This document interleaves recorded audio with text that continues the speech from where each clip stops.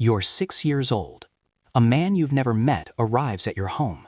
He's the most powerful priest in Rome, the Pontifex Maximus. He takes your hand. Your mother doesn't stop him. Your father doesn't object. They call the ceremony captio. It means capture. You will not return to this house for 30 years. You will not marry. You will not have children. You will not be touched by any man. And if you break that rule, if anyone even suspects you broke that rule, Rome will bury you alive. Welcome to the Vestal Virgins, the most honored women in Roman society, the most controlled, and if they made one mistake, the most horrifically punished. Let's start with what they told you. The Vestal Virgins were priestesses of Vesta, goddess of the hearth. 6 women at any time, selected from Rome's most elite families. They tended the sacred flame that burned in Vesta's temple, a fire that had supposedly burned continuously since Rome's founding. If that flame went out, Romans believed, the city itself would fall. The Vestals had privileges no other Roman woman could dream of. They could own property. They could write wills. They could vote. They could free condemned prisoners with a single touch. They had front-row seats at the gladiator games. They rode through Rome's streets in covered carriages, preceded by bodyguards who would clear their path. In a society where women were legally children their entire lives, property of fathers and husbands, the Vestals were essentially free. But here's what they don't emphasize in the history books. These free women were selected as children between ages 6 and 10 before they could possibly understand what they were agreeing to, before they had any concept of sexuality, let alone celibacy, before they knew what they were giving up. The ceremony was called captio, capture. The Pontifex Maximus would take the girl by the hand and speak the ritual words, "I take you, beloved, to be a Vestal priestess." From that moment, she was no longer her father's daughter. She was a daughter of the state. She belonged to Rome. For the next 30 years, her life followed a strict pattern. The first 10 years, learning. She studied the rituals, memorized the prayers, learned to tend the sacred flame. She lived in the house of the Vestals, near the Roman Forum, surrounded by the other priestesses. The second 10 years, performing. She conducted the rituals herself, participated in Rome's most important religious ceremonies, guarded the sacred objects in Vesta's temple.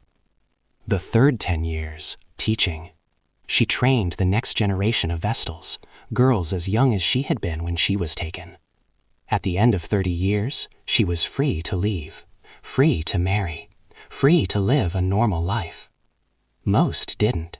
After 30 decades of virginity, ritual, and separation from normal society, what life was there to return to? Most Vestals stayed in the order until they died. The freedom they were promised was theoretical. By the time they could use it, they no longer knew how. But the real horror wasn't the isolation. It wasn't even the 30 years of enforced celibacy.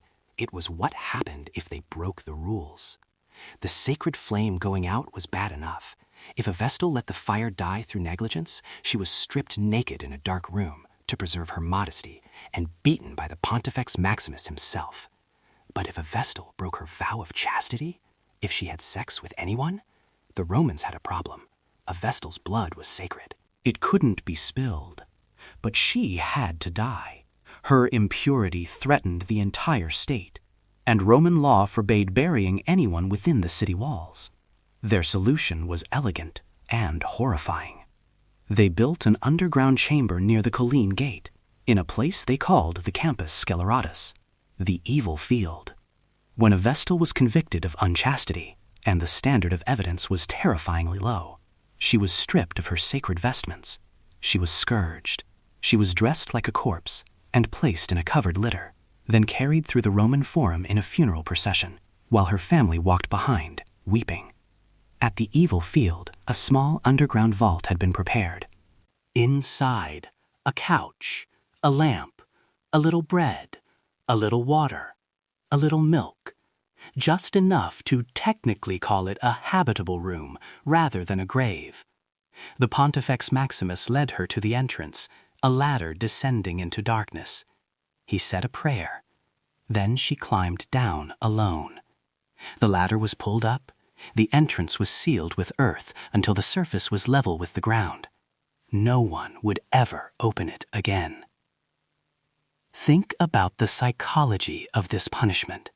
They couldn't shed her blood. They couldn't execute her publicly. So instead, they made her walk to her own death. They made her descend the ladder herself. They gave her food and light, not out of mercy, but so they could say she wasn't really being killed. She was just being sent to a room she would never leave, a room where she would sit in flickering lamplight, watching the oil run out, where she would ration her bread, knowing it wouldn't matter, where she would eventually sit in complete darkness, alone, waiting to die of thirst or suffocation or despair. This wasn't execution. This was torture, designed to satisfy legal technicalities, and the men who designed it thought they were being merciful. How often did this happen? Over the 1,000-year history of the Vestals, we have records of about 10 convictions. That sounds rare, but consider, we're talking about 6 women at a time, and the evidence required for conviction was almost nothing. The Vestal Postumia was put on trial because she dressed too nicely and laughed too much. She was acquitted, but warned to be more serious. The Vestal Minutia was convicted and buried alive because a slave testified that she dressed improperly. In 91 CE, the Emperor Domitian wanted to appear morally righteous, so he had the chief Vestal, Cornelia, convicted of unchastity, despite her protests of innocence. Pliny the Younger, who witnessed her execution, wrote that she kept crying out to Vesta to witness that she was pure. As she descended into the chamber, she caught her dress on something. When the executioner offered his hand to help her, she pulled away in disgust, unwilling to be touched by any man, even at the moment of her death. She died, maintaining her innocence. There's another layer to this story that makes it even darker. Remember how Vestals were selected? Girls between 6 and 10 years old. Remember who selected them? The Pontifex Maximus, a man. Remember who had authority over them? The Pontifex Maximus. Who could enter their living quarters? Who conducted their initiation rituals? Who beat them in darkened rooms when the flame went out? Who ultimately decided if they were pure or not? Remember who investigated accusations of unchastity? The College of Pontifexes, all men. Remember who heard their trials? Men. Remember who sentenced them to death? Men. The Vestals existed in a system where men had total control over their bodies, their sexuality, their very definition of purity, while claiming those same women were sacred and inviolable. And if anything went wrong in Rome, war, famine, plague, who got blamed? The Vestals. In 216 BCE, after Rome's catastrophic defeat at Cannae, 2 Vestals were accused of unchastity. One killed herself. One was buried alive. Romans believed their impurity had caused the military disaster. A convenient system, isn't it? Give women power, but make that power conditional on a standard of purity that you define, you monitor, and you judge. Then blame them when things go wrong.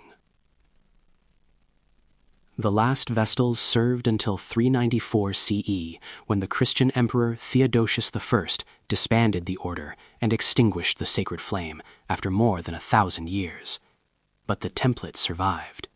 Women's value tied to virginity. Men controlling the definition of purity. Institutions built around female bodies with male gatekeepers. The idea that women's sexuality is dangerous, a threat to the state, to society, to civilization itself. We don't bury women alive anymore, but we still build chambers for them. We still light small lamps and call them rooms. Consider this. The Vestals were, in many ways, the most liberated women in Rome. They could own property, vote, testify in court, conduct business. They had power no other Roman woman possessed, and the price of that power was total control of their bodies by men who could destroy them with an accusation. That's the trade Roman society offered women. That's the trade many societies still offer women. Freedom, but only if you live by our rules. Power, but only if we control what you do with it. Respect, but only as long as we decide you deserve it. The Vestal Virgins weren't just priestesses. They were a message, a demonstration of what Rome would give women who obeyed perfectly and what it would do to women who didn't. A ladder descending into darkness, a room that wasn't a room, a death that wasn't a death, and a silence that lasted 1,000 years.